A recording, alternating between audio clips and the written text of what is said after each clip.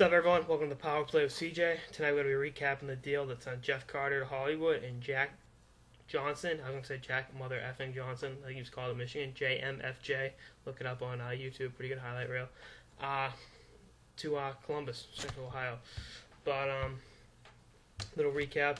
Jeff Carter's played 500 games on the show and has 368 points. Had a hat trick in his last game as a Blue Jacket, which he got traded to Columbus this past summer, and you knew he didn't want to be there. I'm sorry, he wanted nothing to do with Columbus. He publicly and privately demanded trades. Well, not public. He never publicly said get me out of here, but it was implied.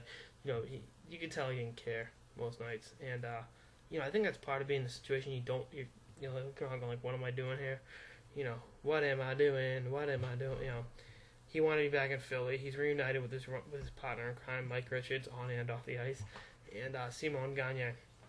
Let's be frank, the Kings' offense has sucked this year. It's been anemic. Mike Richards has been dry offensively in the second half of the year. Simon Gagne has been banged up. Anze Kopitar has been great, but he's got no help. Justin Williams has been inconsistent. Dustin Brown has 2 goals in his last 13 games. You're looking around. You need a big-time scorer. Carter scored 40 once in 32 other times and 29 others. So, he's a great, bona fide, big-time goal scorer. Gives you some size at the middle at 6'3", 195. Good size, good shot, good offensive instincts. He really, the big issue now is who's going to play wing with him, Kopitar, and Richards. I'd move Carter to the wing with Kopitar. But, try to see what happens out there. I'm not totally sure. I think this means LA is out of the Rick Nash sweepstakes. That opens up Rick Nash could trade somewhere else if Columbus chooses to do so. Or they could make the big move and try to get some help for Rick Nash. Which would be great. But Jack Johnson, I love JMFJ. Great two-way defenseman.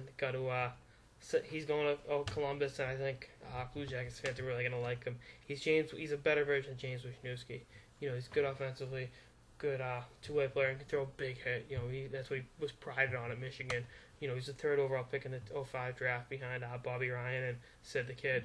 But he's got 24 points in 61 games on the season.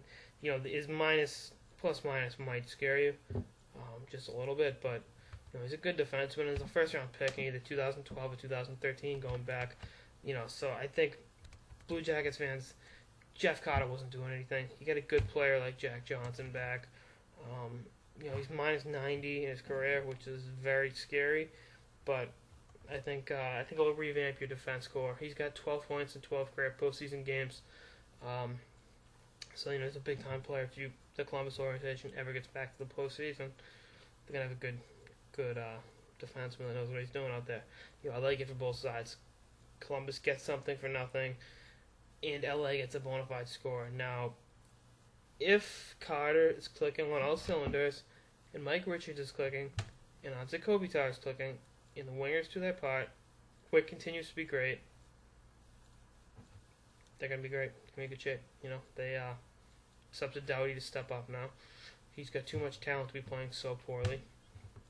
And, see, I'm excited for what's going on in Hollywood. And, see how it shapes up. That's it for this episode of the Power Play with CJ. Recapping the Jeff Carter for Jack Johnson trade. Stay tuned for more episodes throughout the season. Later, guys.